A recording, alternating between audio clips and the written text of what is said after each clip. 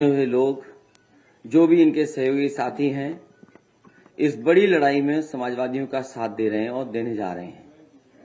इसके लिए मैं इनका विशेष आभार प्रकट करता हूं।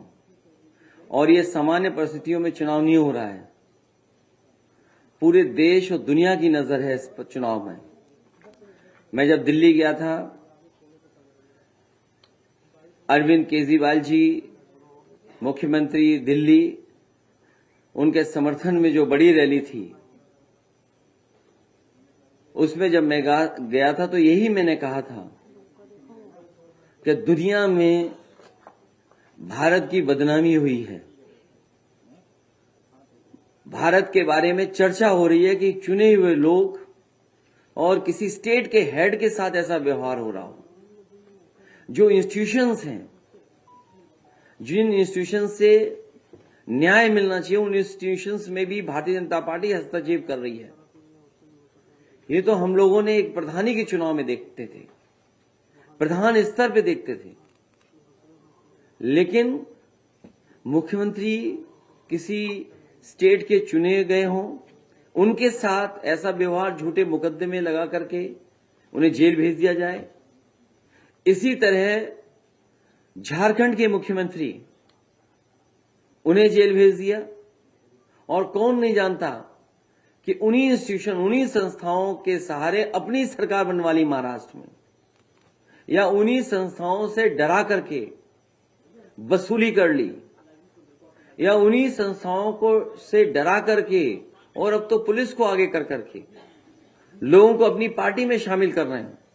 कई साथी जो भारतीय जनता पार्टी में गए हैं, उन्होंने कहा कि हम शरीर से तो जा रहे हैं, लेकिन हम आत्मा से और अंदर से आपके साथ हैं। तो सोचिए, ऐसे डर के और डरा के लोगों को अपने दल में शामिल कर रहे हैं। तो इसलिए लोकतंत्र को बचाने के लिए, संविधान को बचाने के लिए, और हमारे भारत की जो पहचान दुनिया में है, उसको बचाने के लिए इस लड़ाई में आप पार्टी का जो सहयोग और मदद मिल रही है, उसके लिए मैं संजय सिंह जी का बहुत बहुत धन्यवाद, आभार प्रकट करता हूं। इन्हें भी बहुत परेशानी और कष्ट का सामना करना पड़ा।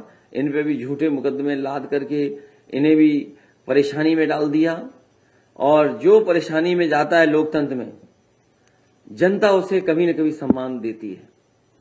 और हमें उम्मीद है कि जो जनता देख रही है, वो जो ऐसे काम करने वालों के खिलाफ मतदान इस बार होने जा रहा है, करेगी जनता। मैं संजय सिंह जी से कहूंगा कि अपनी बात रखें। मैं पहले तो बहुत आभार व्यक्त करता हूं समाजवादी पार्टी के राष्ट्रीय अध्यक्ष माननीय अखिलेश यादव जी का, कि ऐसे संकट की घड़ी में जब हमारी पार्टी के मुखिया को जेल में डाल दिया गया है, दिल्ली के 2 करोड़ लोगों के द्वारा निर्वाचित, 3 बार प्रचंड बहुमत से निर्वाचित मुख्यमंत्री को जेल में डाल दिया गया है, समाजवादी पार्टी के मुखिया हमारे समर्थन में दिल्ली पहुंचे, रैली को संबोधित किया। आज भी उन्होंने भाभी जी से बातचीत करके उनसे हाल चाल पूछा, सुनीता भाभी से। तो मैं इसके लिए विशेष रूप से आभार व्यक्त करता हूं आपका।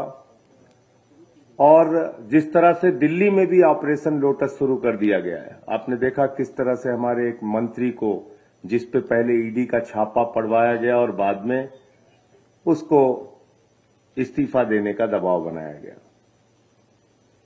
इस लड़ाई में आपने हमारा साथ दिया। फिर से मैं आपकी पार्टी का और आपका हृदय से आभारी हूं। ये 2024 का चुनाव कोई सामान्य चुनाव नहीं है। ये भारत के लोकतंत्र को बचाने का चुनाव है, बाबा साहब के संविधान को बचाने का चुनाव है, और समाज के वंचित, पिछड़े, शोषित लोगों के अधिकार जो छीने जा रहे हैं, देश के नौजवानों को बेरोजगारी के दलदल में जो धकेला जा रहा है, हिंदुस्तान को जो महंगाई की चपेट में लिया जा रहा है, उससे बचाने का चुनाव है। ये 24 का चुनाव कोई सामान्य चुनाव नहीं है। ये एक तानाशाह हुकूमत के खिलाफ लोगों को लामबंद करने का भी चुनाव है। और मैं सिर्फ इतना कहना चाह रहा हूं कि इंडिया गठबंधन 2024 का चुनाव जीतेगा, और समाजवादी पार्टी के जितने भी आज जो बातचीत हुई आपसे, अखिलेश जी से, अध्यक्ष जी से, जहां जहां समाजवादी पार्टी के कैंडिडेट उत्तर प्रदेश में हैं, हम यूपी का चुनाव नहीं लड़ रहे हैं। हमारा एक एक कार्यकर्ता, जहां हमारे निर्वाचित प्रतिनिधि हैं, सभासद हैं, चेयरमैन हैं, वो सारे लोग और एक एक कार्यकर्ता समाजवादी पार्टी के कैंडिडेट को जिताने के लिए काम करेगा, क्योंकि ये बड़ी लड़ाई है, लोकतंत्र को बचाने की लड़ाई है, तानाशाही को खत्म करने की लड़ाई है। और मैं तो बार बार कहता हूं कि कोई भी राजनेता अगर वो चुनाव जीत रहा होता है तो ऐसे हथकंडे नहीं अपनाता जैसे प्रधानमंत्री जी कर रहे हैं। अगर आप अपने विपक्षियों पे मुकदमे लगा रहे हैं, उनको फर्जी मुकदमे लगा के जेल में डाल रहे हैं, तो इसका मतलब आपके अंदर कॉन्फिडेंस नहीं है। चुनाव के समय में आप ऐसी कार्रवाई कर रहे हैं। तो फिर से एक बार मैं दोहरा रहा हूं, कोई कंडीशन नहीं है, कोई सीट की मांग नहीं है, कहीं कुछ नहीं है। लोकतंत्र को बचाने के लिए, तानाशाही को खत्म करने के लिए, भारत के संविधान की रक्षा के लिए हम लोग इस लड़ाई में साथ हैं और पूरे यूपी में जहां जहां समाजवादी पार्टी के कैंडिडेट होंगे, इंडिया गठबंधन के कैंडिडेट होंगे, हम उनके लिए काम करेंगे। बहुत बहुत धन्यवाद।